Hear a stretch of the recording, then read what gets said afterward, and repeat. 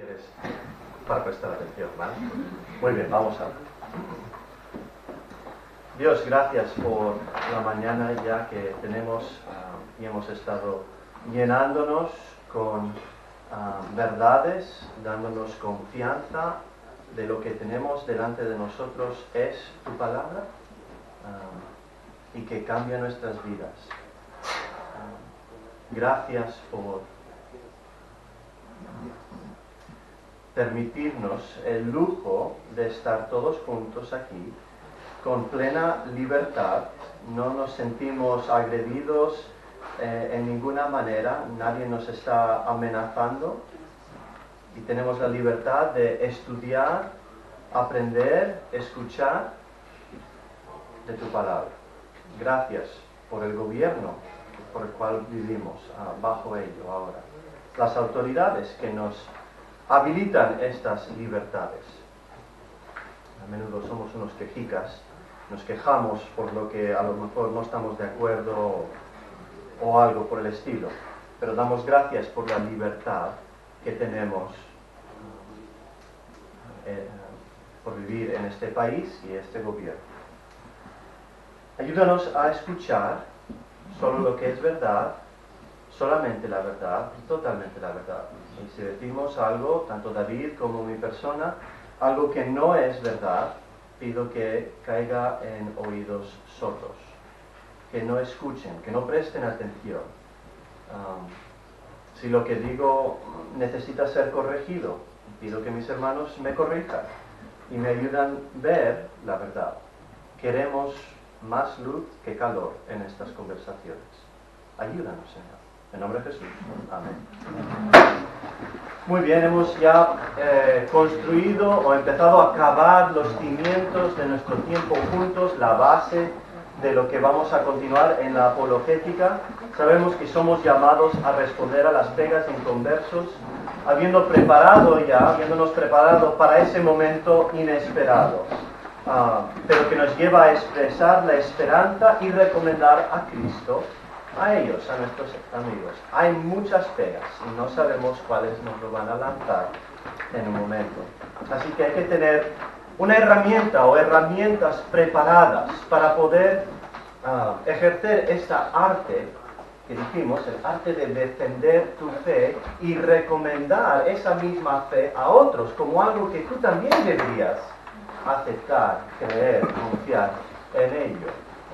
Así que, ¿qué herramientas tenemos en el bolsillo listo para sacar y decir, mira, ¿cómo hago? Yo trabajé un tiempo en un taller de mecánica en Estados Unidos. Un año y medio estuve trabajando ahí. Aún tengo buenos amigos que trabajan en ese taller. No duré mucho tiempo porque no me gustaba pringarme del aceite debajo del coche o lo que sea que había debajo del coche, golpear los nudillos con la herramienta. No duré mucho tiempo como mecánico. Aprendí mucho, hice amigos, pero no duré mucho. Pero sí aprendí algunas cosas. Como por ejemplo, una herramienta que era muy importante para el mecánico. Es una herramienta que a menudo lo menospreciamos, pero es muy importante. El trapo. Andaba yo con un trapo aquí, tirado en el hombro, o aquí colgando del bolsillo. A veces vemos una foto del mecánico, casi siempre tiene un trapo, porque necesita limpiar su mano, coger el trapo, limpiar la llave inglesa o lo que sea, o cogerlo incluso con el trapo, coger la llave para girar la llave, porque tu mano a veces se resbala, no puedes, y necesitas esa herramienta. No pensamos que es muy útil a veces, lo despreciamos hasta que lo necesitas. Tienes que parar lo que estás haciendo e ir a buscar ese trapo limpio para poder hacer la labor que necesitamos hacer. Pues igual nosotros necesitamos herramientas en la apologética para defender la esperanza de nuestra fe. Necesitamos estas herramientas. Ahora vamos a ver algunas de ellas, así que busquen en vuestras Biblias, en 2 Corintios 10, y solo vamos a ver unos cuantos versículos. 3 al 5.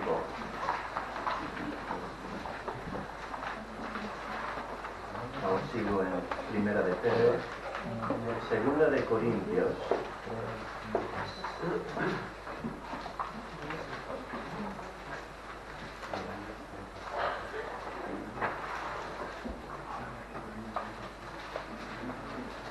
al 5. Aunque andemos en la carne, no militamos según la carne, porque las armas de nuestra milicia no son carnales, sino poderosos en Dios para la destrucción de fortalezas, derribando argumentos y toda altivez que se levanta contra el conocimiento de Dios, y llevando cautivo todo pensamiento a la obediencia a Cristo. Pablo nos va a presentar aquí el efecto que pueden tener estas herramientas de apologética. Primero nos dice que tenemos que recordar que no somos de este mundo. Versículo 3, aunque andamos en la carne. Si tenemos un cuerpo sujeto a dolores y limitaciones físicas, es de carne y hueso, ¿verdad? Vivimos aquí en lo terrenal, es donde nos movemos todos los días en un mundo físico. Pablo no está hablando de lo carnal o lo pecaminoso, sino de la carne y hueso que tenemos. Es para marcar una diferencia aquí entre lo físico y lo espiritual, lo terrenal, lo inmaterial. Aunque aquí no vivimos de esa manera. Carnalmente, porque vivimos en la carne. En la carne, entonces, no carnalmente, no de esa manera. Aquí Pablo empieza a utilizar términos militares: batallar, conquistar, derribar, capturar, etc. Pero lo primero es ver que no hay una correlación entre dónde vivimos y cómo actuamos, cómo batallamos. No batallamos o hacemos guerra con herramientas físicas. Y a lo mejor esto es un poco obvio, pero la Biblia nunca nos dice id y conquistad. Nos dice id y contad, ¿verdad? Contad este mensaje que cambia nuestras vidas. Entonces no batallamos como el mundo en donde nos movemos carnalmente. El hacer guerra de esta forma, como lo hace el mundo, es avergonzar al oponente, machacar, menospreciar, manipular, engañar, inventar estadísticas o lo que sea. Cuando hacemos eso y no somos honestos con nuestros amigos, estamos actuando como en la carne, carnalmente incluso. Inventamos estadísticas. ¿Sabéis que el 70% de las estadísticas son inventados en el momento? Como el que acabo de inventar. Suena bien, ¿verdad? Pero la mayoría son inventados en ese momento. Que nuestro comportamiento sea coherente con nuestra ciudadanía celestial. Pero las herramientas de milicia que Pablo comenta sobre ello son eficaces. Es decir, nos dice que pueden hacer, pero no nos dice, mira, esta es tu pistola, saca tu herramienta, tu arma, saca tu arco y flecha. No nos dice, es implícito aquí. Pero sí nos dice el efecto que tienen. El efecto es que destruyen fortificaciones defensivas y llevan cautivos. Piensa en un asedio de un castillo, alguna fortaleza resguardada. Tiene una fosa, tiene un puente levadizo, tiene los parapetos, ¿lo digo bien? ¿No? Tiene una muralla enorme. En nuestra ciudad, en Ponferrada, tenemos un castillo templario. Es enorme, es impresionante. Si queréis venir algún día, los miércoles es gratis, ¿vale? Y es impresionante. Tiene todos esos elementos de una fortificación resguardada. Lleva ahí siglos, desde el siglo XII, si no me equivoco, y ha sido añadiendo otros elementos defensivos para el castillo. Lleva siglos ahí. Así es una persona resistiendo el Evangelio. Lleva tiempo con una postura defensiva. Y cada pega que nuestros amigos tienen contra Dios muestra esta postura que resiste a Dios. Y Pablo nos da aquí una herramienta. Anoche Santiago me dijo que confundía yo Pablo y Pedro. Lo siento, ¿vale? Voy de hablar de Primera de Pedro ahora a Pablo, que está escribiendo Segunda de Corintios. Así que si los confundo, lo siento.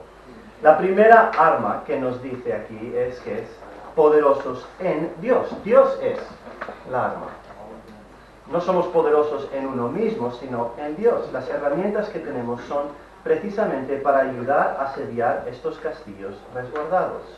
En un mundo antiguo donde habían batallas físicas, así todos sabían que la ventaja lo tenían los atacantes y no los defensores.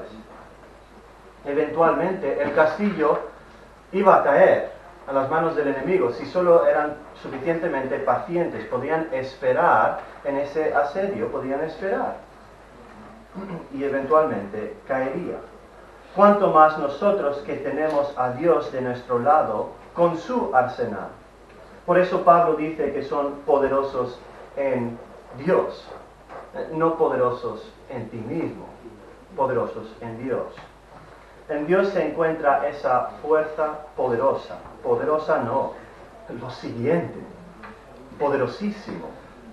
Y es para destruir esos castillos resistentes. Este es el efecto poderoso al depender de Dios y su poder. Menuda arma que tenemos. Habíamos hablado ayer sobre la soberanía de Dios, autoridad sobre absolutamente todo, en control sobre todo. Y esta es implícitamente nuestra primera arma que tenemos. Poderosos en Dios. La segunda arma que tenemos es la oración. Entonces, ¿cómo mejor apoyarnos en Dios que pidiendo que Él nos dé esa fuerza? Si no es mía, tengo que pedirle a Él. Así que pido su poder y que obre a través de tu persona. Pídele a Él. Esta es la labor del Espíritu Santo. Y Jesús mismo hizo esto. Él se despojó de sus atributos divinos y dependió completamente en el Espíritu Santo. Totalmente hombre, 100% Dios, se despojó, solo lee Filipenses capítulo 2, se despojó del uso de sus atributos divinos y dependió completamente del Espíritu Santo. Y Jesús nunca te pide hacer algo que Él no haya hecho también, o habilitado para ti, para tu persona. Y por eso Él dijo, es mejor que me vaya yo, porque os voy a dejar ¿a quién? El Consolador, el abogado, el que te ayuda. Y en Juan, si estuviste aquí en enero, cuando di la clase de Juan, estuvimos hablando un poco sobre esto. El Espíritu de verdad vive en nosotros. Juan capítulo 14. Entonces, no lo puedo perder. Siempre está conmigo. Siempre puedo acudir a Él en oración. 2. El Espíritu nos ayuda a recordar lo que previamente hemos aprendido. Yo tengo una mente como un colador, que todo lo que metes se me va. Me olvido mucho y por eso necesito apuntes.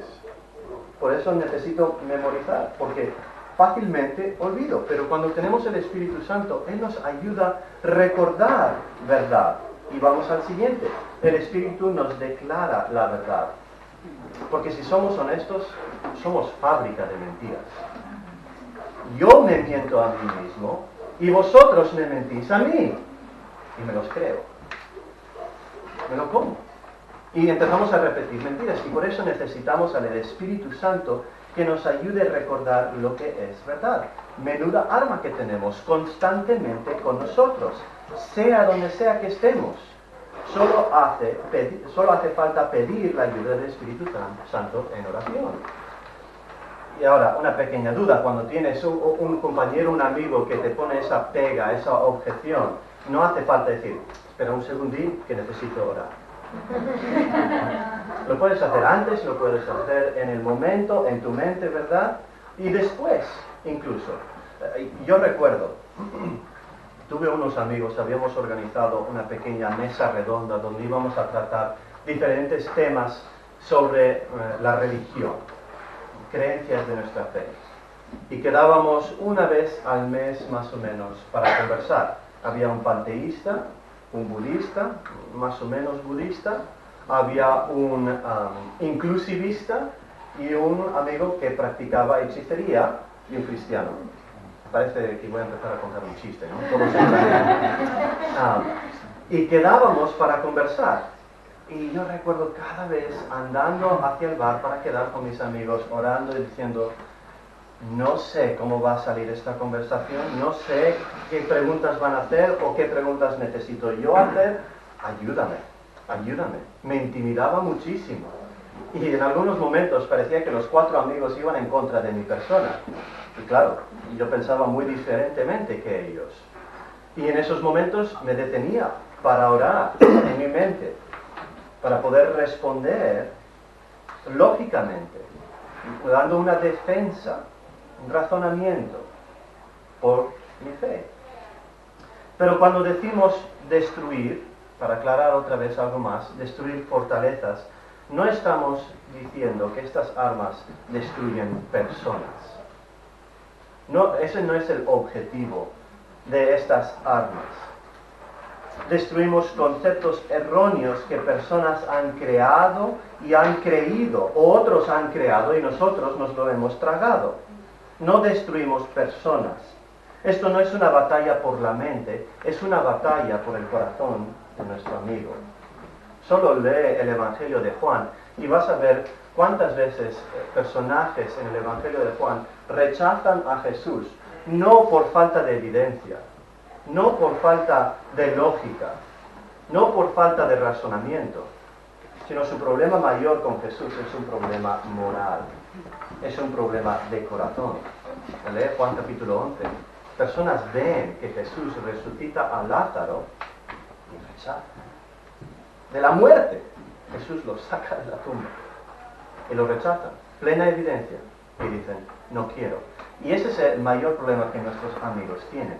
No nos están rechazando a nosotros, aunque parece, más están rechazando a Jesús.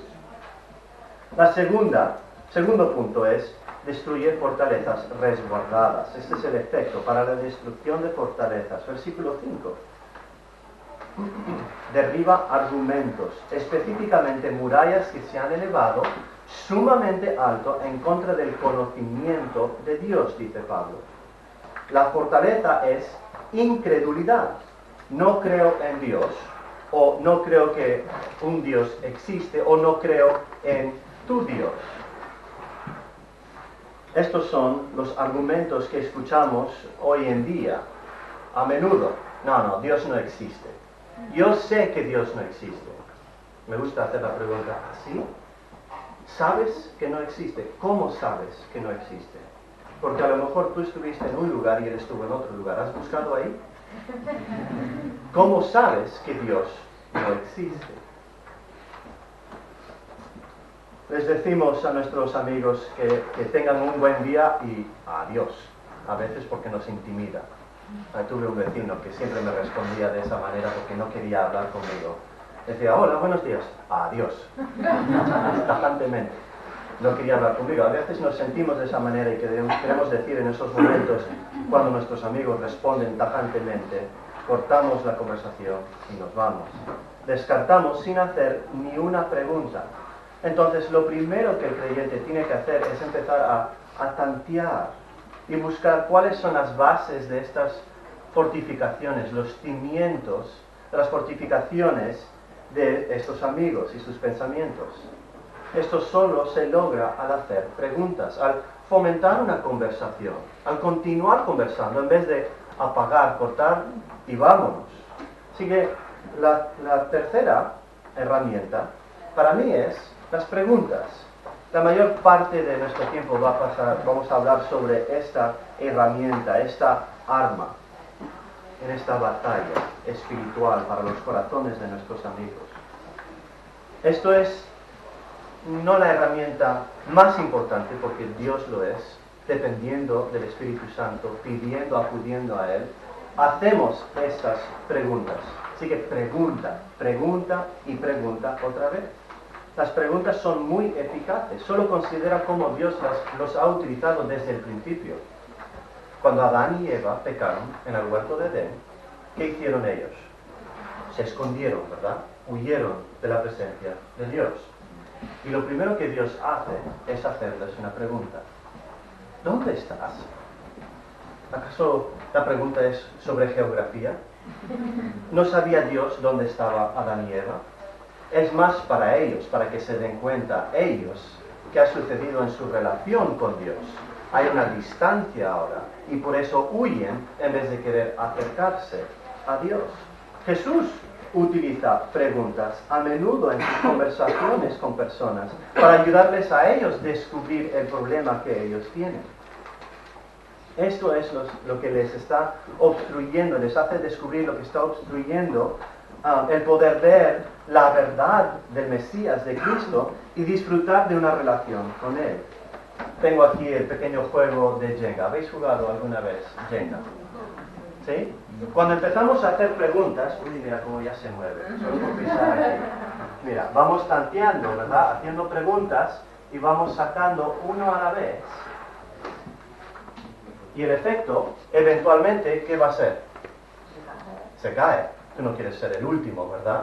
Pero vas haciendo preguntas y vas tanteando, buscando los cimientos, la base, las autoridades en que se posan sus pensamientos, sus argumentos, sus objeciones. ¿Cómo hacemos eso?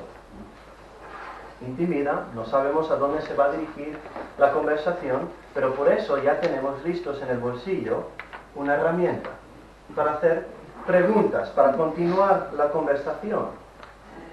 Si tenemos esta estrategia, esta táctica, aunque nos pille desprevenidos, ya podemos, vale, no sé a dónde va a ir, pero ya sé cómo por lo menos continuar la conversación.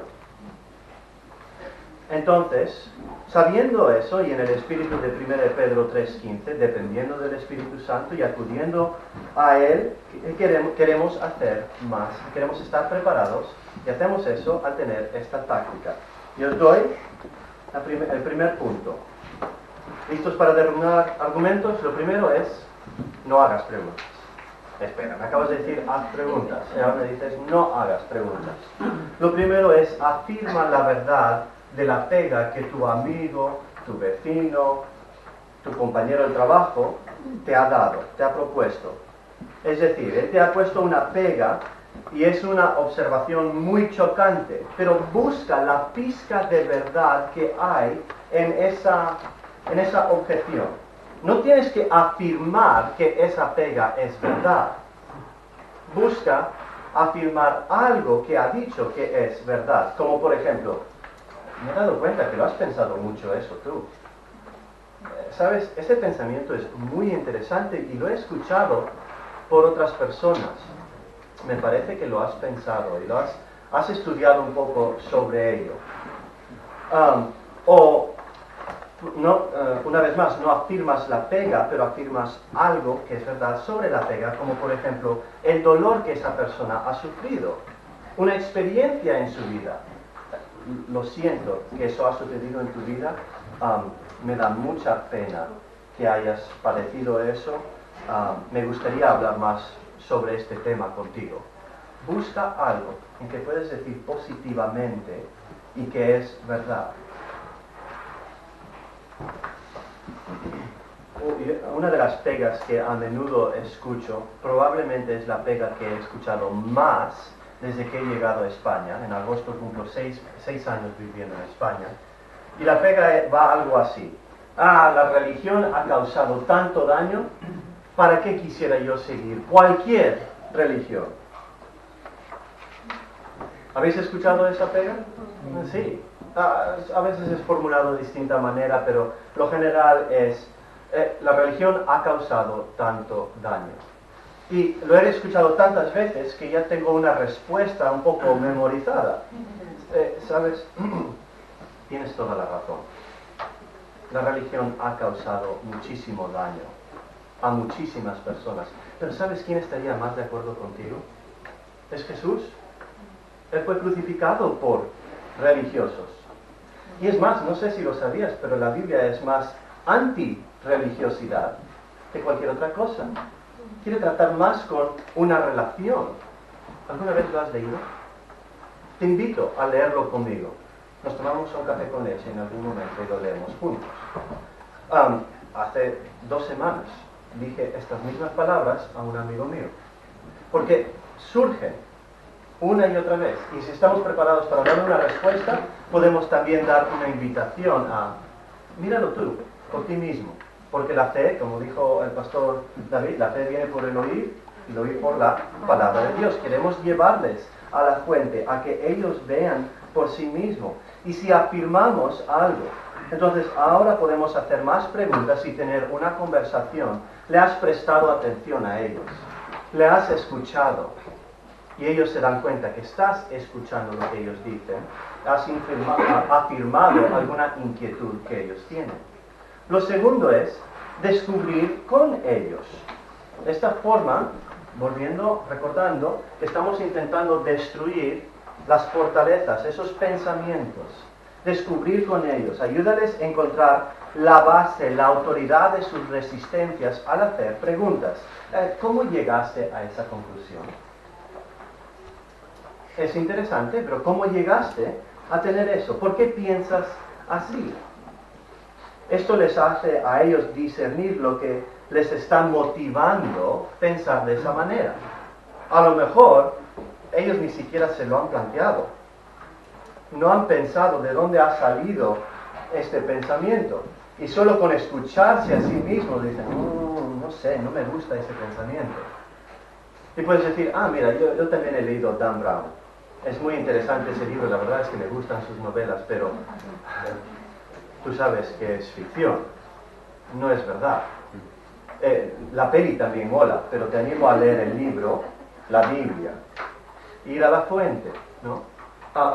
No creas todo lo que veas en Facebook, ¿no? Ayúdales a encontrar la autoridad. A lo mejor es un profesor o profesores, son estadísticas. Ayúdales a encontrar la base por el cual ellos están posados. Estamos destruyendo fortalezas, así que tenemos que encontrar esas debilidades al empezar a tantear. Muchos ponen la pega, como lo hizo esta mañana el pastor David. La Biblia está llena de contradicciones. ¿Cómo lo sabes? Tuve una oportunidad, era un voluntario en comedor social ahí en Ponferrada, y estaba repartiendo la comida a los chicos y chicas que entraban, cuando de repente un chico se enteró que era evangélico y en frente de todos, en voz alta, dice, ¿pero tú crees la Biblia? Si la Biblia está llena de contradicciones, y muy tajantemente. ¿Cómo responde? No, al principio me cohibí un poco, no dije nada, luego me acerqué a él, buen provecho, que disfrutes tu comida, y le dije, es interesante eso. ¿Alguna vez has leído la Biblia? No, nunca he leído la Biblia. Pues te propongo algo. Leerlo conmigo. Empezamos en el Evangelio de Juan. Y cuando tú pilles uno, lo tratamos. Porque me gustaría saber cuáles son esas contradicciones. Mi amigo ni siquiera tenía una Biblia y tuve la oportunidad de regalarle uno y luego sentarme con él, después de varios meses, sentarme con él y empezar un estudio bíblico con él. Todo a raíz de esta pequeña pega que él me puso. Y hacer la pregunta, ¿alguna vez has leído la Biblia? ¿Cómo sabes que no hay contradicciones? ¿Bajo qué autoridad tienes tú para decir eso? Y os voy a decir esto, 8 de 10 españoles, en mi experiencia, no han leído la Biblia. Uno de esos ha leído cachos, ¿vale? El otro porcentaje sí lo ha leído, pero la mayoría no ha ido a la fuente para verlo y están hablando ignorantemente y queremos ayudarles que ellos vayan a la fuente y no hablen ignorantemente. Estuve en el parque hace unos 6 meses hablando con una señora, nuestros niños estaban jugando y ella se enteró que yo enseñaba teología y decía, la Biblia, eso es como lleno de leyendas y mitos. Y le dice, pues has leído la Biblia. No, nunca he leído la Biblia. Pues no me gustaría que permanezcas ignorantemente, me gustaría que lo leas. ¿Lo lees conmigo? Aún no lo ha leído. A veces puedo sonar demasiado tajante y os he dicho que no lo hago bien siempre. Y a veces quisiera guardar esas palabras porque les hago quedar mal. En vez de ayudarles humildemente, ir a la fuente. Pero esto significa que no tienes que tener un conocimiento profundo del budismo, o del islam, o de cualquier otra religión. Porque a menudo el budismo es a mi manera, o el catolicismo es a mi manera. Entonces lo que tú tienes que hacer es hacer preguntas para descubrir su versión, su forma de pensar. ¿Y en qué están establecidos? Vas tanteando, haciendo preguntas y descubres con ellos, que a menudo ni siquiera ellos saben exactamente, y les ayudas a ellos, y tú eres un buen amigo, tú quieres conocerles más a ellos, así que conócele mejor, ayúdale a descubrir y tú descubre quién es tu amigo.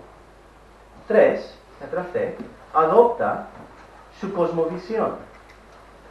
Piensa como ellos piensan. Mira el mundo con sus gafas puestas. Quita las tuyas. La cosmovisión es la forma en que yo veo el mundo alrededor mío y lo interpreto. Quita tus gafas y pon las suyas. Adopta su cosmovisión. Y dices algo como, lo que me estás diciendo es que tú piensas esto, y repites. Lo cambias un poco, lo resumes, y luego haces la pregunta, ¿es correcto? ¿Estoy diciendo correctamente lo que tú piensas? A lo mejor incluso escríbelo en un lugar. Si quedas a tomar un café con leche, coge una servilleta y escríbelo. En una servilleta tú piensas esto. Así ellos pueden acudir a ello y ver si hay un cambio en el futuro. Ya no pienso esto. O se está contradiciendo. Escríbelo en algún lugar. Ponte sus gafas. Hace unos meses estaba con un amigo en el McDonald's y él me dijo, mi propósito de vida es evolucionar y reproducir. Estábamos hablando, ¿por qué existimos? ¿Cuál es nuestro propósito? Y él dijo, es evolucionar y reproducir. Yo le dije, lo que me estás diciendo es que yo existo para tener hijos, pasar mis genes a otra generación y hacer todo lo posible para existir. ¿Es correcto? Me dijo, sí, correcto, bien. Entonces, ¿qué pasa si no puedo tener hijos? ¿He perdido mi propósito? ¿Ves cómo vamos haciendo preguntas, vamos tanteando y encontramos problemas en esos pensamientos? ¿Qué hacemos con personas con discapacidades? No queremos que sus genes pasen a las siguientes generaciones. Son inferiores y no deberían. Nadie quiere decir eso, ¿no? Pero ahí está el problema. Ven una contradicción en sus pensamientos. Letra D. Ponte en su lugar. A lo mejor es similar al anterior. Piensa como ellos. Vas probando su cosmovisión para ver si te gusta o no. Como cuando compras un coche, ¿no? Primero te das un paseo en ello para ver si funciona bien este coche. A ver si te lleva a un destino que quieres llegar. Te das una vuelta probándolo. Date una vuelta o dos recorriendo su forma de ver el mundo. Si te entiendo bien, yo debería hacer esto y vivir así y no de otra manera. ¿Es correcto? ¿Es verdad eso? Ayer lo destacamos, esta pega. La moralidad es relativa. No hay absolutos. Cada uno decide lo que bien le parece. Lo que me estás diciendo es que yo puedo hacer, sea lo que me diga. Sí. Normalmente te afirman, sí, correcto. Entonces, ¿puedes prestarme tu cartera? Gracias, me lo voy a quedar. Gracias por darme tu dinero. No, y no te lo doy. Pero es lo que mi corazón me pide hacer. Yo quiero tu dinero. Pero no es el robar, pero ¿quién dice? ¿Qué es la diferencia entre el besar y el matar? Si no hay absolutos moralmente, ¿cuál es la diferencia entre el robar y dar? No hay absolutos, no tienes una base en que posar esos argumentos, esos pensamientos. Si te escribo un cheque de 50 euros, ¿puedes relativizar esos números y decir que son 50.000 euros? No pensamos así, especialmente cuando tienes una hipoteca, ¿no? Letra E. ¿A dónde nos lleva? Intenta determinar dónde va a parar este coche de su pensamiento, utilizando su forma de ver el mundo. Llévalo hasta el final de la lógica. Y no es necesariamente exagerarlo, es a dónde nos lleva. ¿Cuáles son los destinos un poco extraños utilizando sus instrucciones? Como haciendo la pregunta, ¿cuál es el beneficio o perjuicio de creer de esta manera? ¿A dónde te lleva esta forma de pensar? ¿Cuál es la conclusión o la finalidad? Tantea, pregunta tras pregunta. El amigo, otra vez, todos determinamos nuestro propósito de vida. O alguna vez he leído el refrán, mi propósito de vida es encontrar mi propósito de vida. Cuando lo encontraste, no lo encontraste, tienes que seguir buscando, porque tu propósito de vida, y es un poco circular ese argumento. Pero bueno, aquí en la pega es todos determinamos nuestro propósito de vida. ¿Qué pasa si mi propósito de vida es contradictoria a la tuya? ¿Quién tiene razón? Si la tienes tú, ¿me vas a quitar mi propósito de existir en esta vida? No todos podemos tener la razón. Esto no es congruente, es incongruente. Todas las religiones son iguales. ¿Habéis escuchado eso?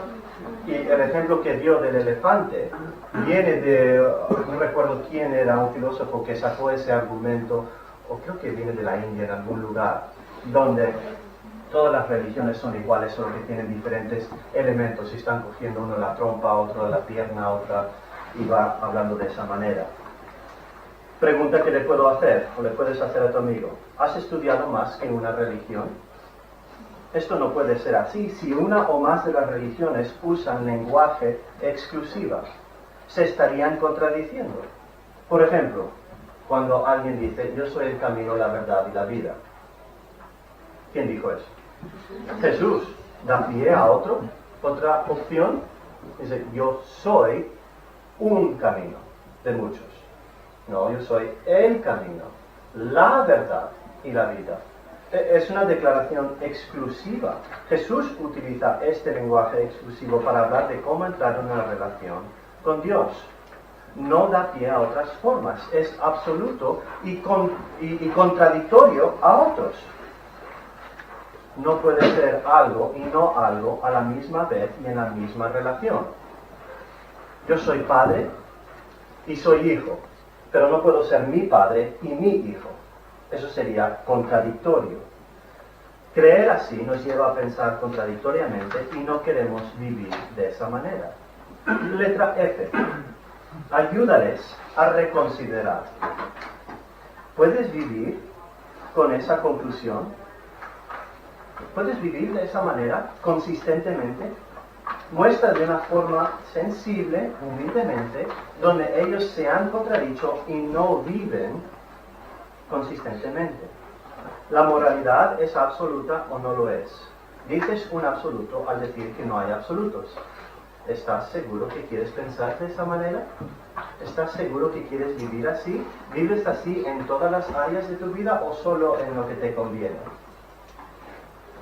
Volviendo al ejemplo de mi amigo en McDonald's, que dice que su propósito de vida es reproducir y sobrevivir, al final yo le hice esta observación, que no era consistente y por tanto contradictorio.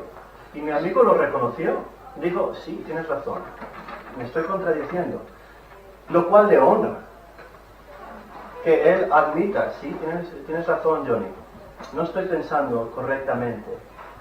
Pero una cosa es vivir contradiciéndote, pero es otra cosa vivir sabiendo que te contradices.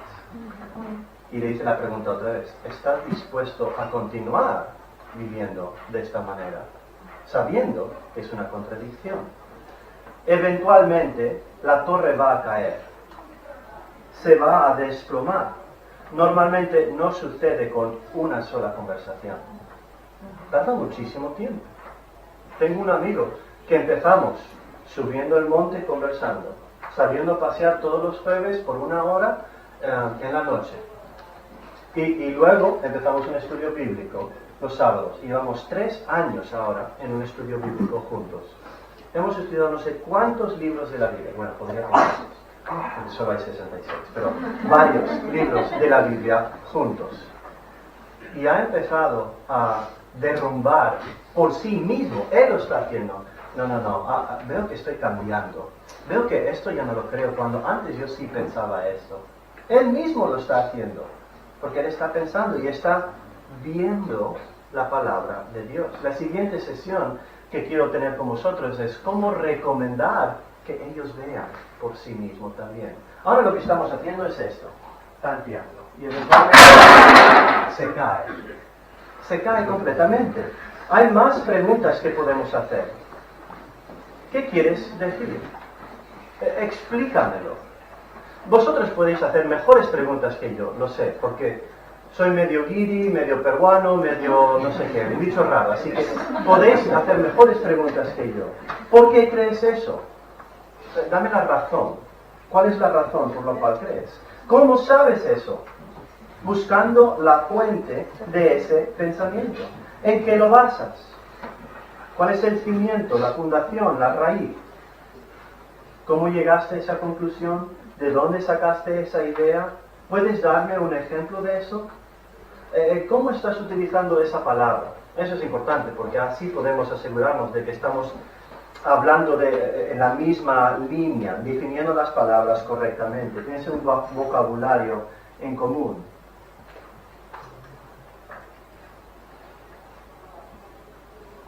Queremos desafiar su incredulidad con preguntas como estas. Donde vivimos nosotros estamos muy cerca de Galicia, es más, nos llaman la quinta provincia de Galicia. Aunque pertenecemos a León, barremos más para los gallegos. Y dicen de los gallegos, si ves a alguien, a un gallego que está en una escalera, no sabes si vienen o van, si suben o bajan. ¿Vale? Tú le haces una pregunta y normalmente responden con una pregunta. Entonces no sabes exactamente. Seamos más gallegos, ¿vale? Respondamos las inquietudes, las pegas, las objeciones que tienen nuestros amigos con preguntas. De esta manera les ayudamos a ellos a reconocer la base de esta construcción. Con las preguntas destruimos fortalezas contra Dios. Esta es una herramienta de esta batalla espiritual que Dios nos ha dado. La tenemos en el bolsillo. Tenemos el Espíritu Santo dentro de nosotros, con nosotros. Acudimos a Él. Sacamos herramientas y hacemos preguntas. Tercero, llévales a someterse a Cristo. Es otro efecto que tiene. Lleva a la sumisión ante Cristo. Este punto de Pablo es muy importante. La apologética, sin esto, no nos sirve de nada. Si no les llevamos a Cristo, solamente estamos discutiendo, argumentando, mostrando qué inteligentes que somos, qué chulos que soy, qué chulo que soy yo, que puedo debatir contigo apasionadamente sobre algo. Pero si no le llevo a Cristo, ¿para qué? Solo ha sido un debate intelectual con nuestros amigos. La apologética necesariamente tiene que estar compaginado con el evangelismo. La apologética es para el evangelismo. La recomendación de someterse a Cristo, a su obediencia. Apologética y evangelismo van de mano en mano. Así que después de haber descubierto y derribado argumentos, mostrar como el necio que ha construido su hogar en arena y se ha derribado, puedes demostrar ahora un mejor camino, algo más estable. ¿Has considerado esta otra opción? Te desafío, amigo mío, a ver por ti mismo quién es Cristo y qué es lo que Él demanda de ti. ¿Leemos Juan juntos? Es casi lo que siempre digo. Lo único que yo quiero que tú hagas es que tú veas por ti mismo quién es Jesús. Porque veo que tienes muchas ideas de Jesús. Los has aprendido de alguien, de otra persona, pero yo quiero llevarte a la fuente y que veas por ti mismo quién es Jesús y qué es lo que Él demanda de ti. Así puedes verlo tú. Te invito a un café. Págales el café. Invítales un café. Llevar cautivo el pensamiento a Cristo es hacerles ver sus pensamientos y ponerles en un lugar donde pueden ver lo que dice Cristo y comparar los dos. Tú piensas esto, pero Jesús dice lo otro. ¿Cómo son distintos? ¿Qué dice la religión? ¿Qué dice Jesús? Compara y contrasta para que se lleve Jesús cautivo a los que han sido derrotados. De esta manera, sus pensamientos son puestos bajo, subordinados a Jesús, son sometidos al señorío de Cristo. Lo que hace Pablo, dice, es que quiere que sean llevados prisioneros, pero paradójicamente, para que sean puestos libres. de esclavitud del pecado, de Satanás, de ellos mismos. Y conocerás la verdad y la verdad os hará libres. Jesús lo dice en Juan 14, Juan 8. Una pequeña observación. No tengo ningún amigo mío que me haya aceptado a un estudio bíblico la primera vez que se lo ofrecí. Normalmente tarda tiempo, pero con tiempo, con perseverancia, orando y acudiendo al Espíritu Santo y haciendo preguntas, Dios me ha dado oportunidades. Y que semanalmente ahora quedamos con vecinos, ex vecinos, amigos del comedor social, amigos como hizo Santiago cuando vino y estuvo con nosotros en Proyecto Hombre, en un centro de drogodependencia. Solo hace falta hacer preguntas y depender del Espíritu Santo y su poder. En conclusión, Dios nos ha provisto de herramientas que son poderosos para destruir estos argumentos construidos contra y en oposición a Dios. Estamos preparados para dar respuestas a la esperanza que tenemos en Dios. Ahora hagamos lo siguiente. Os voy a poner una oración en la pantalla. Imagínate que un amigo te ha puesto esta pega o te ha dicho algo así. Quiero que utilices algunas de las preguntas para empezar a tantear. Entonces estamos practicando aquí. Por ejemplo, yo solo creo en lo que puedo ver. ¿Qué preguntas harías tú? Vamos a interactuar aquí. ¿Qué preguntas harías tú? Si podría ver mis pensamientos. Vale, ¿qué? Lo de ayer. ¿Puedes ver mis pensamientos? ¿Sí? ¿Qué más? ¿Qué otras preguntas para tantear? El aire. ¿Perdona? Puedes ver el aire. El aire. El problema con eso es que puedes sentirlo. Entonces, no lo puedes ver, pero sí puedes utilizar otros sentidos. Entonces yo intento evitar eso. Intento escoger algo que sé que no se puede utilizar los 5 sentidos. Pero puedes hacer preguntas como, ¿y cómo llegaste a esa conclusión? ¿Quieres saber en qué se basa? ¿No? Otro. ¿Qué es la verdad? Sabéis quién lo dijo, Pilato, ¿no? Es más, en nuestro grupo de inglés ponemos diferentes frases y hacemos la pregunta, ¿es verdad o no es verdad? ¿Qué pensáis? Y en inglés están conversando sobre ello. Hicimos esto, ¿qué es la verdad? Y un amigo respondió, ¿quién sabe? Y empezamos a conversar. ¿Qué preguntas podrías hacer? Yo preguntaría al principio si es dispuesto a escuchar, la verdad. Okay. Porque Poncio Pilato hizo la pregunta, pero no escuchó la respuesta de Cristo. Y él se estaba literalmente lavándose las manos, ¿verdad? En esa situación, intentando escabullirse. Sí. ¿Cómo sabrías la diferencia entre besar y matar? Porque son muy distintos, ¿verdad? O el regalar, o el robar. Porque ellos están diciendo implícitamente que la moralidad no es absoluta, es relativa. Pero con solo hacer algunas preguntas llegas a determinar. Y a mí me gusta empujar a mis amigos metafóricamente a un rincón. Es otra ilustración. Ayudarles a considerar. Y normalmente lo que hacen con la moralidad es cambiar de, bueno, no es individual, es social. Es determinado por la sociedad. Lo que me estás diciendo es que si la mayoría dice algo, entonces eso es moralmente correcto. ¿Eso me estás diciendo? Sí.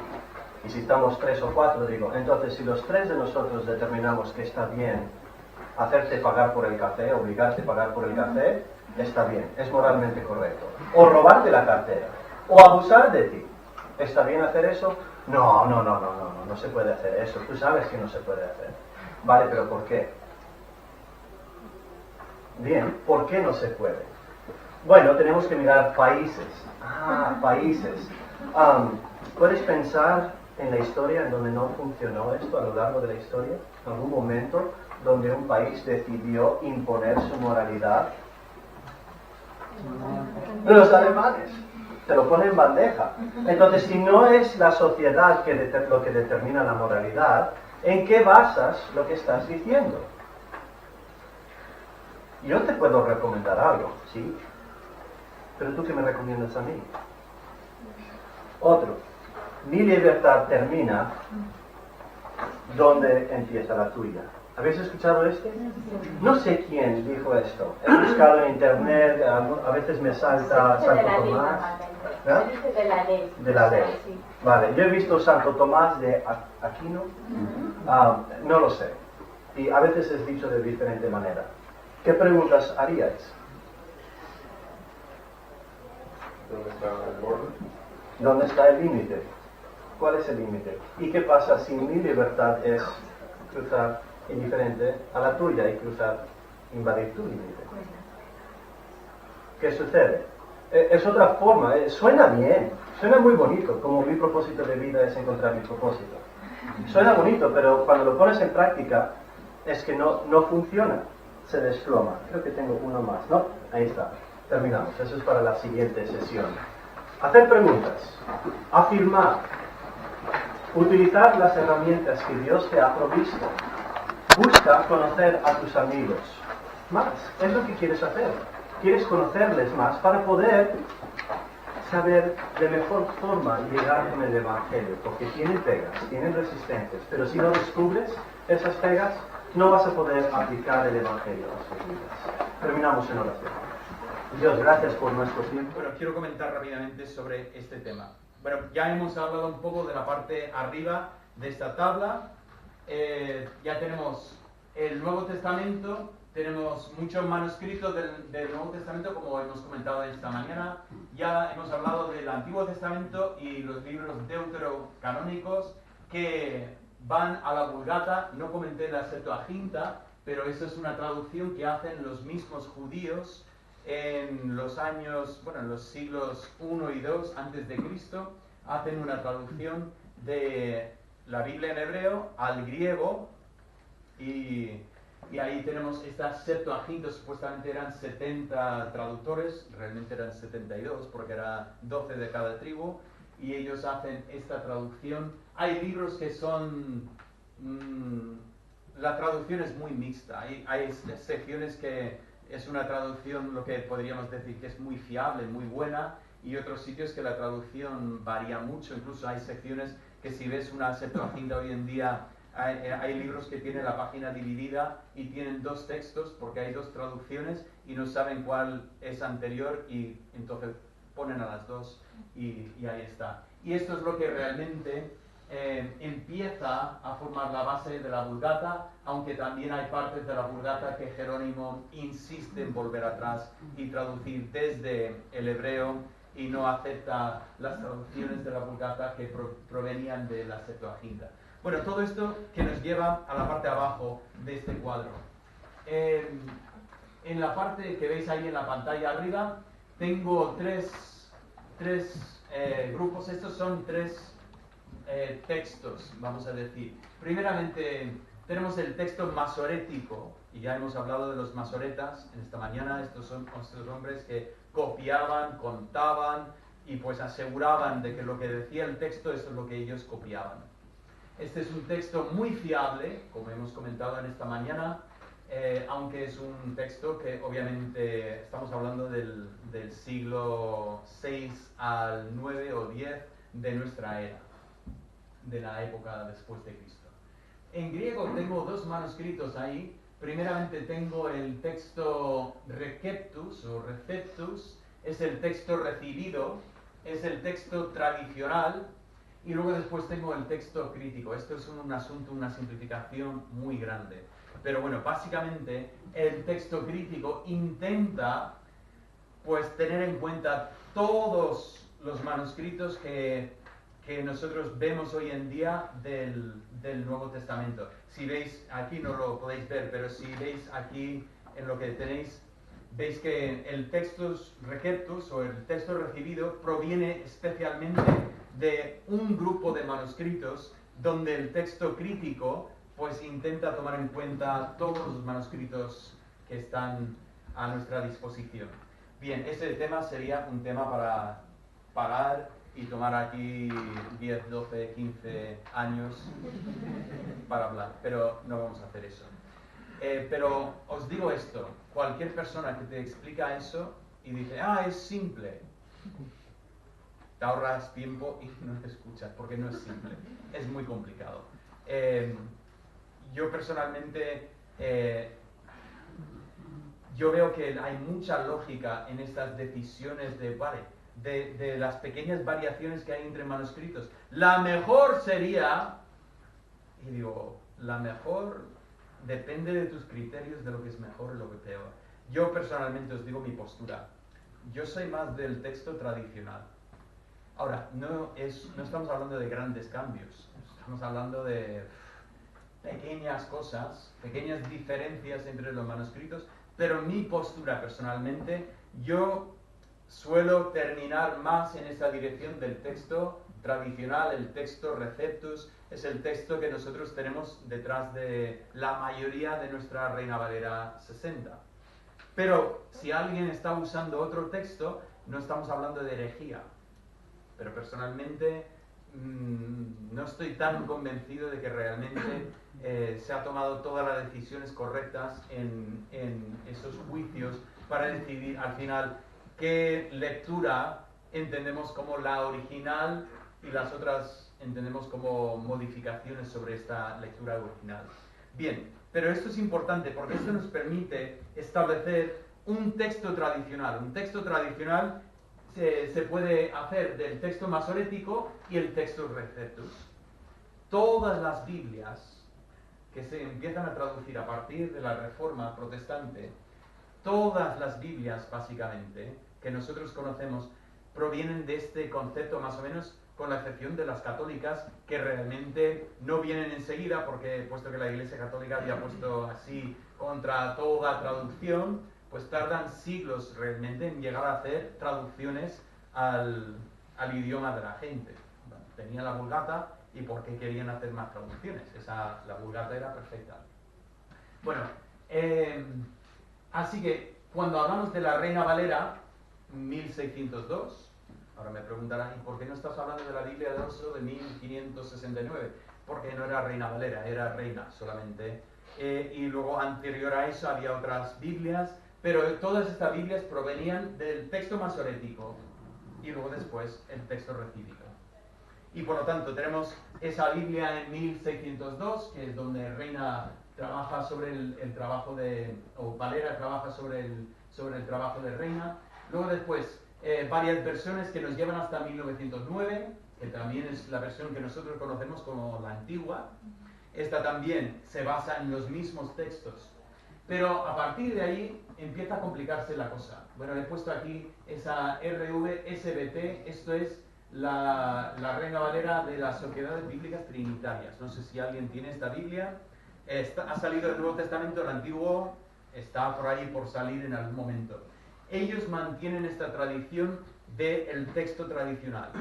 Pero notáis que donde pone Reina Valera 1960, que es casi con toda seguridad lo que la mayoría de nosotros tenemos delante de nosotros ahora mismo. Veis que tiene una flecha que proviene de esta tradición del 1602, 1909, pero también tiene otra flecha que viene de otro sitio. El otro sitio es el texto masorético y el texto crítico. Ya entramos a decir, bueno, vamos a empezar a mirar todos estos manuscritos. La Reina Valera sinceramente no tiene mucho, pero no podían resistir. Decían, ¡buah! Solo queremos modificar el lenguaje, pero ya que estamos, vamos a hacer alguna cosa más. Perdón que te interrumpa. Mucha gente aquí conoce a Bill Patterson. Sí. Bill Patterson está directamente involucrado en el SBT que acaba de mencionar, que es una especie de Reina Valera, digamos, entre comillas, más pura, dirían algunos. Él es Bill Patterson, que es erudito en hebreo y griego. Él es el erudito principal en sacar esa traducción que dijiste que todavía el antiguo no creo que está en el mercado no está, sí. Que yo sepa. Yo estuve en la presentación del Nuevo Testamento, Sí. No sé si estuviste también ahí. No, pero... Pues Bill Patterson está directamente involucrado. Y rápidamente os digo que en mi lenguaje yo no diría más puro, Ya, yo diría más claro. Sí, claro. Yo diría más claro porque puro. lo que es que yo sé que proviene de dónde proviene y tiene algunas cosas que me son interesantes. Han vuelto a poner la cursiva, que salió en las 60, quitaron la cursiva porque sinceramente estaba mal hecha. O sea, la cursiva ponían cosas en cursiva que no tenían que estar en cursiva y no ponían cosas en cursiva que tendrían que haber estado y dijeron, eso es un desastre, vamos a quitarlo todo y luego después otro lo puede empezar a trabajar. Bueno, ellos están volviendo a trabajar para poner cursiva, me parece interesante. Otra cosa que pueden ser interesantes también, el hecho de que no te condiciona con títulos sobre cada capítulo, puede ser interesante. Para otros igual dicen, no, yo necesito los títulos de ahí porque si no tengo esto no encuentro nada.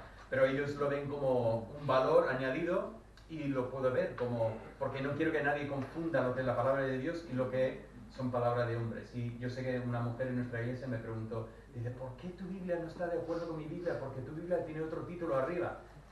No, pero eso no es la Biblia, eso es, algún editor ha puesto estos títulos ahí y ellos precisamente con ese pensamiento dicen, fuera los títulos, está la palabra de Dios. Y yo aprecio este y quieren actualizar el 9 por quitarles los les detrás y todos los pronombres que van... Sí. Y parte de su motivación es que en 60, lo que estaba comentando, que ya empiezan a coger de mezclar textos y ellos pues obviamente están del pensar que el texto recibido es la mejor texto. Esta postura va un poco más allá de lo que yo expresaría, pero bien, es un buen texto, no, de eso no cabe duda. Todo esto para decir que en 60 tenemos ahí un poco de cosa mixta. Ahora, al otro lado del cuadro comento que tenemos dos Biblias católicas. Tenemos primeramente Nácar Colunga, no sé si alguien ha visto Nácar Colunga. Si ves esto, lo que estás viendo es una traducción de la Vulgata. No estás viendo la traducción del hebreo, griego, no, estás viendo una traducción de la Vulgata. Todo lo que está en la Vulgata estará reflejado de alguna forma en Nácar Colunga. Una vez más, si alguien tiene esta Biblia, pues que la lea, que la compare, porque el Evangelio sale. Lo que ha ofuscado el Evangelio es la Iglesia, no la Biblia. La Iglesia Católica ha intentado borrar el Evangelio, pero la Biblia contiene el Evangelio. Bien, también está la Biblia de Jerusalén, o puede ser que a lo mejor ves la nueva Biblia de Jerusalén.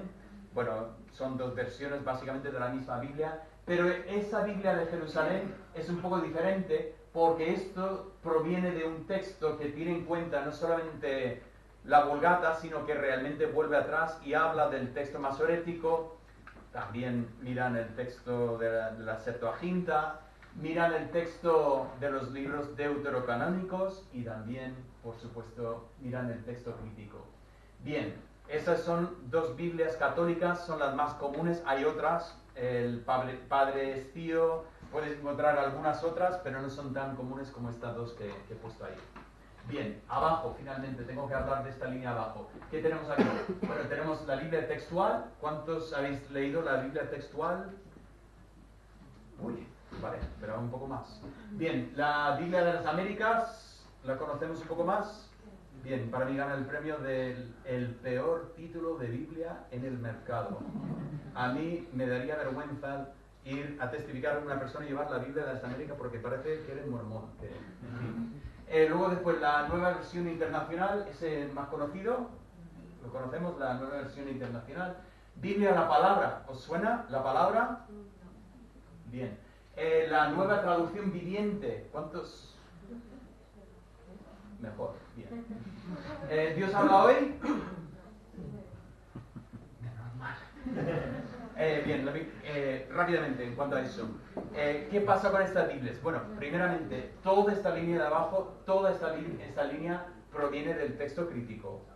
¿Vale? Entonces, podéis ver cosas que el texto dice algo diferente de lo que pone en tu Reina Valera, y cada vez que ves eso, seguro que es un tema de un manuscrito que salió, que tenía una lectura un poco diferente. No estamos hablando de herejías, estamos hablando de una situación que, como comentamos, que ya estamos hablando de la crítica textual.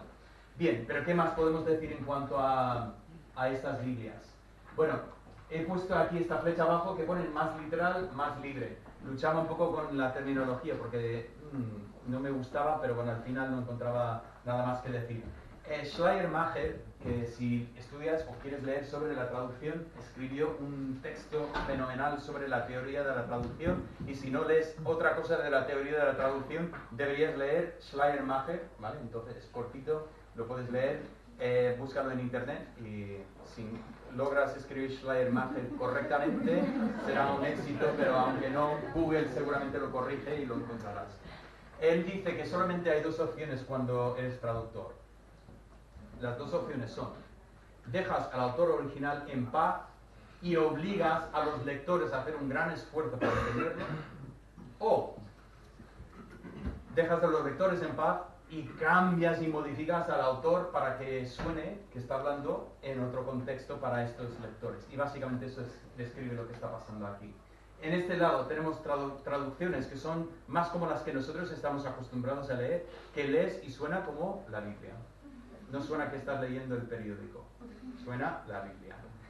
Hay frases que no son normales, hay palabras que cuando cuentas a tus amigos dices, ¿esa palabra qué significa?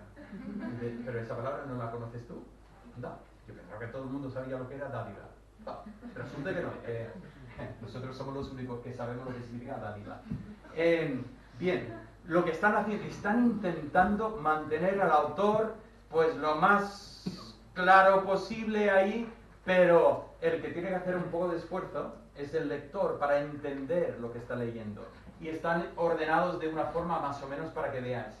La Biblia textual intenta pues ser todo lo literal que pueda. También la Biblia de las Américas muchas veces también. Y hay veces que lees y dices, uy, eso suena raro. O sea, fíjate, la Reina Valera a veces suena raro, pero a veces esto es peor aún. Bueno, cuando vamos en esta dirección empezamos a notar cada vez menos esa sensación.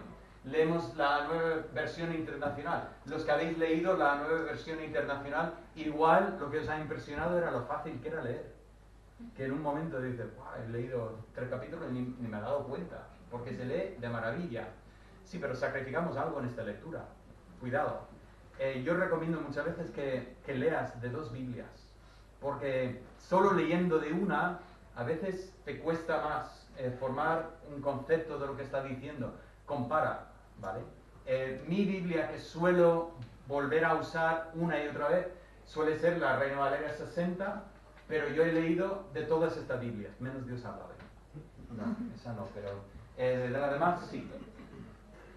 Incluso la nueva traducción viviente, bueno, era un año muy largo, pero lo leí. El caso, Biblia la palabra, sabiendo lo que es, sabiendo que es del texto crítico, sabiendo que manipula el texto un poco para suavizar el texto, a mí me encantó el vocabulario. Era en un castellano muy actual, era una lectura que había cosas que se veían muy bien, muy claramente en el texto, sinceramente no todo, ¿vale? Una vez más, si vas a leer la palabra, se encuentra en la aplicación de la Biblia que todos tenemos, se puede leer ahí. Es una traducción de España y el vocabulario era actual, muy interesante, pero una vez más, yo leería esta traducción comparando con otras cosas. Y finalmente, cuando llegamos a la nueva traducción viviente, la historia no entró en la historia, pero es una historia que el texto está muy suavizada y muy manipulada para que se comunique, y sinceramente yo leí esta traducción, pero no la recomiendo realmente para nadie. De vez en cuando, si quieres consultar, veo la mano, pero si me dejas, puesto que voy súper atrasado, pero luego después hablamos y te prometo que hablamos de todo lo que podamos. Bueno, todo esto para decir, cuando te preguntan sobre las muchas Biblias, hay muchas Biblias en el mercado, más que nunca realmente en castellano. Pero un poco, si podemos entender lo que está pasando, entendemos que estas Biblias no dicen cosas distintas. Sí que hay diferencias, porque hay textos que hay detrás de esta Biblia que son diferentes, pero si estudiamos la palabra de Dios, empezamos a entender lo que está diciendo la palabra de Dios, y creo que podemos entender que hay traducciones, pero eso no nos empobrece, realmente nos puede enriquecer, si lo sabemos coger, si sabemos entender esto, ¿vale?